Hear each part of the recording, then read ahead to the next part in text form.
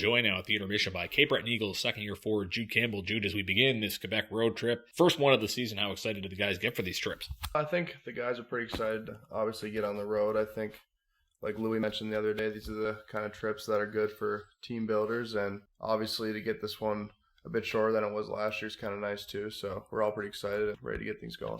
You came in partway through last year, but you came into an Eagles team that made a lot of changes in the offseason. This year, not as many. Do you feel a good chemistry with the group given the carryover from last year? Yeah, last year I had a little short stint here. Obviously, I got to know the guys pretty well and kind of developed a relationship with them pretty quick. But obviously this year it's a lot better and I'm getting more comfortable with them. And I think we have something really special here and we're all like brothers here. Something in the water in PEI, it seems. There's a lot of Islanders in the league right now, and you look at your team, you see Lincoln Waugh, you see Cam Squires, you see Zach Bigger as well. Just how much does that help your adjustment here, and why is PEI so successful producing players right now?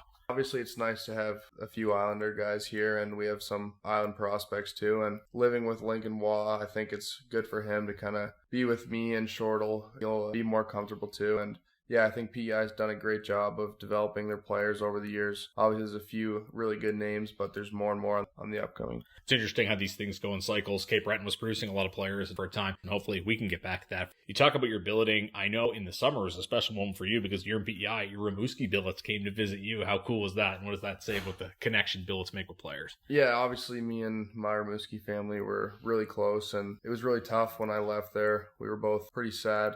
It was great to see them over the summer. They told me they were coming, and I was pretty stoked. Me and my younger billet sister have a really good relationship, and I still keep in touch with them. So I think it just kind of shows how important the billet relationship and players are, and that you keep developing it even if you're not with them. And you mentioned your billet sister. How special is that for players like yourself that get the opportunity to be an older brother that they wouldn't have otherwise? Yeah, it's pretty cool. I have an older sister of my own, and then in Rimouski I had a little sister, and now I have another little sister again. So obviously it's pretty special. They look up to us, so it's good. Jude's a big baseball guy. We're recording this on Tuesday for full disclosure. What's his World Series prediction? Oh, I don't know. It's a tough one.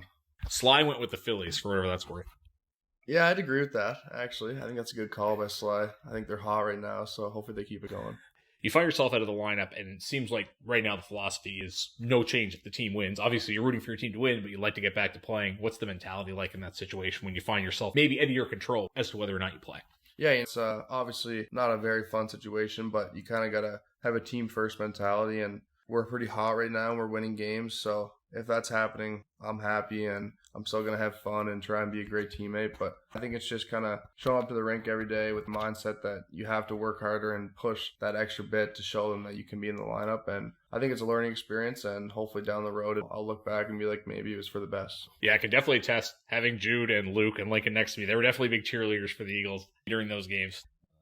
I think people identify you as a bit of a physical player. Do you notice a difference in the physicality in the junior ranks as opposed to coming up through U18? Yeah, definitely. U18, it's kind of like you get a group of all different size guys, but here it seems a lot of the guys that are bigger. If you're a guy like me who plays fourth line, you're playing against those guys every night because it's their role. So obviously it's way more physical. No one in the queue would have a playlist more in sync than mine. Jude Campbell's a big classic rock guy. Where does that come from? I don't know. I think when I was growing up, my dad would always have it on in the car, and I just kind of always loved it when he was playing it, and I listened to it before games and kind of just stuck with it, and there's no better music.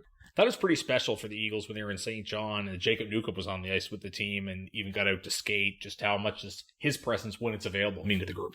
It's awesome. We all love Nuker, and we all wish him the best, and it's great having him around the team.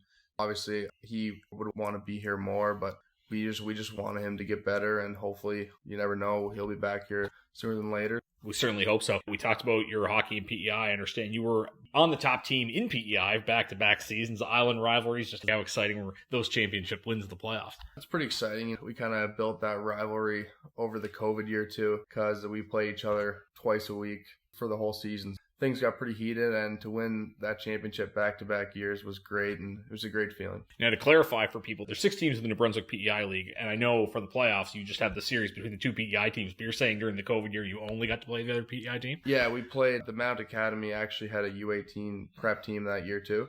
We played, I think, 8 regular season games against Moncton and Fredericton and St. John, and then it got shut down, and we ended up playing against the Mount and Kensington all season. We had a good rivalry going, but we were lucky to even be playing. You scored a special goal against the Charlottetown Islanders. I know it was a special birthday in your family earlier in March. Tell us about that. It's pretty special for me to even score a goal against the team that I watched growing up is always cool, and I'd love to do it in Charlottetown someday. But yeah, like you mentioned, the birthday thing was even more special, and it meant a lot to me too. Late grandfather, I believe? Yeah. Pretty cool. I'm sure he was watching from up above. You're in your 18-year-old season, your second year in the QMJHL. How do you feel you've progressed as a player in your time so far?